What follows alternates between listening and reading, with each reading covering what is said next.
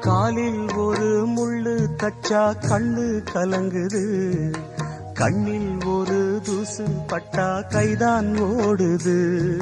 சேவல் அன்று கோடு கிழிச்சு வேலி போட்டது, வேலி தாண்டி கோழி போக வேளை வந்தது.